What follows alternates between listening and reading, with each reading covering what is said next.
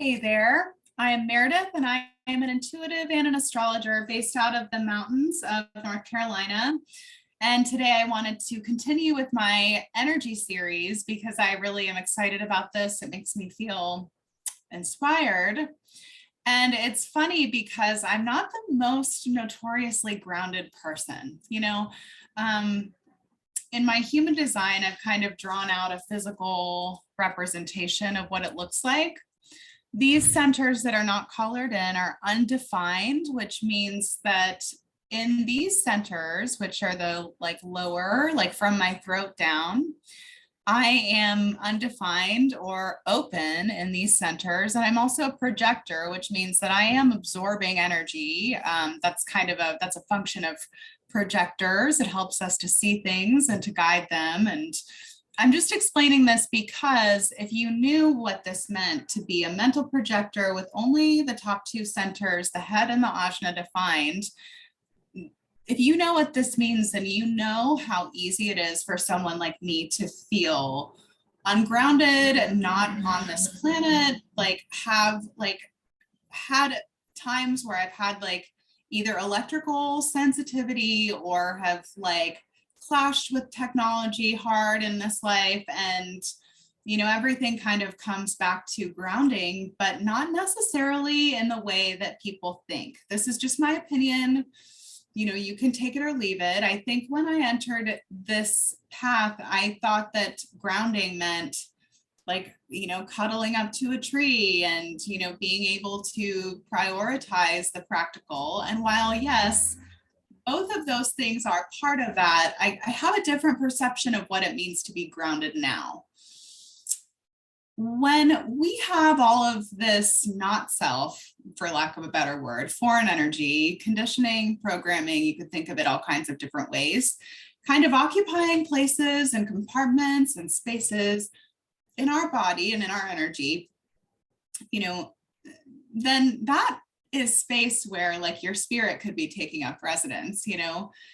I think of grounding now as having as much of your spirit within your body, which is what really drives life forward. If you think about the earth element, it is where partially at least creation, it's a very creative and fertile element. So if you have as much of your spirit as possible within your body, then you are also grounded in what it means to be yourself, and you're not as confused and twisted up and twisted around as far as well, is this my feeling, or is this, you are grounded within yourself. You know who you are, and by virtue of that, you know who you are not. And it's easier for people, I think, who have a grounded identity in a sense of what their values and principles. If you want to go astrology, look to your 2nd, 6th, and 10th houses, and where you have Taurus, Virgo, Capricorn, that's going to indicate how you interact with the earth element. I think a lot of grounding is personal. Everything that I'm sharing about my relationship to grounding, and grounding more as a spirit in a body, and also having more of a working relationship with this planet that we're on, I think all of that is a huge part of grounding, cultivating your own definition of what that means, right? So anyway, I want to read this poem by my friend Shane. And I'm gonna, I think that this is a beautiful poem that has to do with the earth and our relationship to her. So I'm gonna talk now about it. She is alive, she dreams, she feels on a level not even humans can understand, which is saying a lot. She is often treated as nothing more than a giant rock to build ourselves upon, a big blue rock hurtling through space. The physical planet can be thought of a spaceship if you like. She is the captain. She loves everything that grows, even those unhealthy for her to love, unconditional. In her wisdom, she can do this and understand what can stay and what should go, like the body ridding itself of toxins. Her spirit is given freely to all of life on earth, whether humans recognize all of these forms as life or not. Whether or not the life forms embrace and benefit from this spirit energy comes down to choice. You feel it when you see the sun or feel the wind, tiny little reminders of a power and beauty beyond our imagination. You see it in the colors of flowers. You hear it in the laughter of a child. She never went anywhere. Some just forgot to pay attention. She is patient, probably more so than humans may like or from their mind agree with. She will allow natural processes to complete, planning her subtle whispers of balance as she sees fit. But when the unnatural happens and patience is lost, she defends herself accordingly. Many times already, she has corrected balance for herself and her children here, fixing mistakes other beings make around her, dealing with the consequences of all events in the solar system. It can be easy at times to believe she does not care about us. This is not true. She has a better understanding of us than we do and observes reality from a different level, and therefore some of her choices can seem wrong to us. Perhaps they are, perhaps they are not.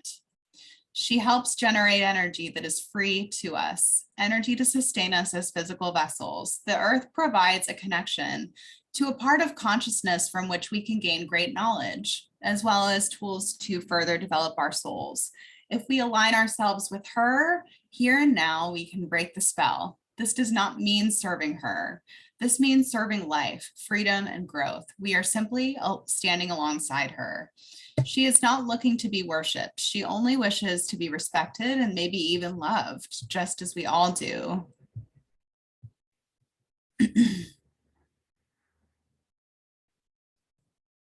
Okay, so that is a beautiful way to, I think, relate to her and to honor her. This is her world. We are living in as an aspect of her right now. So this is hugely important. And I think the way that we treat others and the way that we treat ourselves has a lot to do with our feeling grounded and supported by this planet, right? So, in terms of like practical tools, movement is huge. Movement for me is an everyday thing. I am really a fan of yoga personally. I think that like everybody has their own opinion about everything, but I love me some movement with breath. Helps me to literally like just anchor more of myself into myself. That's huge part of it for me. It also helps to like move stuck energy so that you're able to pull more of those pieces into yourself. I'm just going to be honest and share my experience. I've been eating very animal-based since about March of this year. And I think everybody's genetics and everybody's nutrition is different and you have to dial it right. But for me, I have found myself to be infinitely more grounded. And I almost feel like, I was operating on like some type of like long-term magnesia deficiency. And now I'm able to do all this stuff that I wasn't able to do before and feel centered. So I think diet is a huge part of it, which for me indicates like literally red meat and raw dairy. So I'm just being honest. If that doesn't resonate with you, then you don't have to do that. But that's what has really worked for me. And, there's something so grounding about also blessing your food and, putting intention and prayer into your water. And, these things that like literally nourish our physical vessels are hugely important when it comes to grounding, as well as, I think time in nature, time with trees, spending time breathing in the pheromones of like the trees talking to each other and communicating with each other has shown to be extremely anti-inflammatory. I think that, crystals and earth-based magical practices like lighting a candle or anointing yourself with an oil or, things that bring you into the sensory world are hugely important for grounding. And also, I'm going to go ahead and say maybe it's like a little bit of a diversion to step onto like a PEMF mat or like an ion reducing mat, considering that a lot of those have to be plugged into the wall. I think of a lot of the technology as being very disruptive to our natural internal rhythms and cycles. And so you can build a layer of protection energetically around that, which hopefully I will get into talking about. And you can also wear like, protective jewelry to keep you grounded. I have always, like ever since I noticed this as a phenomena, have worn shungite, and, there are certain, like black tourmaline, I think has like EMF reducing properties as well. And yeah, I think in terms of visualizations, a lot of people use roots that connect them to the core of the earth. A lot of people have like a working like communication and relationship with her through those roots, where there's like a sucking function, like as in, giving sort of like the stuck energy that gets like trapped in pockets to earth, and also receiving positive like grounding energy from earth and letting it fill your body. These are a couple of ways that you can tap into and access that energy. And then the other thing that I want to talk about as well is a cord or a tube that you can use, where like you literally like set it at your hips, and it can be any color. So for me, I've embraced a lot like the idea of using like crystals as my tube. You just imagine like a tube of light or whatever around you at your hips, and then that becomes like an automatic flushing mechanism in your aura that you don't have to pay attention to. It kind of like sets it on its own. So you can employ both of these methods, and also, tap into some of the physical stuff of like, nourishing yourself, drinking water. Some people eat red meat, other people ground through, avocados and root vegetables, and all of that is okay. I just think, these are just some natural ways. I think getting in the habit of tracking your own personal natural cycles. On this day, I feel this way. On this day, I feel this way. That can be a very grounding practice. And I think that for me, I have to make a commitment that I'm not going to let my mind rule the show, that I'm going to use it for what it's for, which is stuff like this, thinking and developing schematics and all of this, like reading all of these different things and putting them all together. Like that's what my mind is for.